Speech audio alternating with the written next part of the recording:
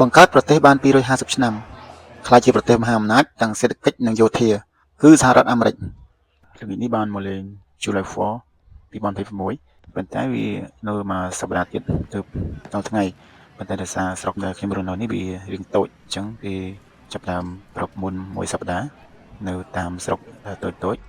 ហើយគេធ្វើជាមានកម្មវិធីបាញ់កាំជ្រួចហើយខាងមុខនេះដែរគឺជាឡានដ៏ធំគេហៅថាឡាន Freedom Truck ដែលក្នុងឡាននេះគឺជាឡាននៃប្រវត្តិសាស្ត្ររបស់សហរដ្ឋអាមេរិកពេលយើងឈានជើងឡើងមកដល់ក្នុង Freedom Truck នេះយើងមានអារម្មណ៍មួយប្លែកថាដូចជាយើងនៅក្នុងសារមន្ទីរមួយដ៏ធំដែលមានប្រវត្តិសាស្ត្រជាច្រើនហើយប្រវត្តិសាស្ត្រនៃសហរដ្ឋអាមេរិកគឺបានរៀបរាប់នៅតាមលំដាប់នៅក្នុងនេះទាំងអស់បើយើងនិយាយអំពីទ្វីបអាមេរិកខាងជើងមុននឹងកើតបានសហរដ្ឋអាមេរិកអញ្ចឹងទ្វីបនេះគឺបានស្ថិតនៅក្រោមអាណានិគមរបស់អឺរ៉ុបហើយប្រទេសសហរដ្ឋអាមេរិកក៏បានស្ថិតនៅក្រោមអាណានិគមរបស់ប្រទេសអង់គ្លេសរហូតមកដល់ថ្ងៃទី4ខែកក្កដាឆ្នាំ1776គឺសហរដ្ឋអាមេរិកគឺបានផ្ដាច់ខ្លួនចេញពីអង់គ្លេសហើយបានប្រកាសឯករាជ្យភាព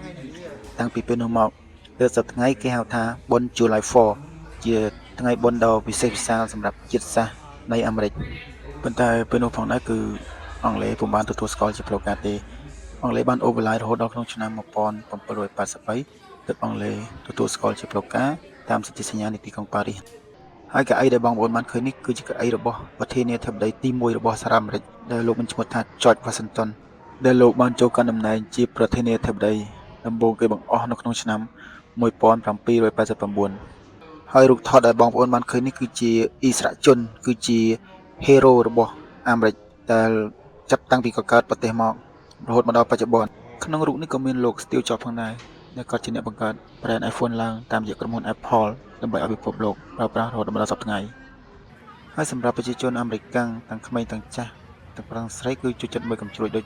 ប្រជាជនខ្មែររបស់យើងដែរអ្នកខ្លះគឺយកកៅអីយកកន្ទេលមកតាំងពីថ្ងៃអង្គុយចាំមើលគេបាញ់កំជ្រួចសម្រាប់កម្មវិធីបាញ់កំជ្រួចគឺចាប់ផ្ដើមបាញ់នៅម៉ោងវេលាម៉ោង10យប់គឺចាប់ផ្ដើមពីពេលនៅតទៅហើយខ្ញុំក៏នៅរងចាំមើលគេបាញ់កំជ្រួចរហូតដល់ចប់ដែរគ្រាន់តែថាស្រុកដែលខ្ញុំរស់នៅនេះវាជាស្រុកតូចអញ្ចឹងការបាញ់កំជ្រួចគឺវាពុំសូវបាញ់ច្រើនហើយនឹងពុំសូវមានកំជ្រួចធំដូចនៅក្នុងទីក្រុងធំព្រោះនៅទីក្រុងធំវាមានអគារខ្ពស់ៗអញ្ចឹងវាត្រូវការកំជ្រួចដែលធំដែលបាញ់ពីលើអគារបាញ់ធ្វើរចនាឡើងជុំវិញអគារធ្វើឲ្យស្អាតយើងមើលទៅវាទាក់ទាញភ្នែកជាងវាទាក់ទាញអារម្មណ៍ធ្វើប្លែកធ្វើឲ្យទីក្រុងកាន់តែស្អាតកាន់តែស្រស់បំព្រងជាងមុនអញ្ចឹង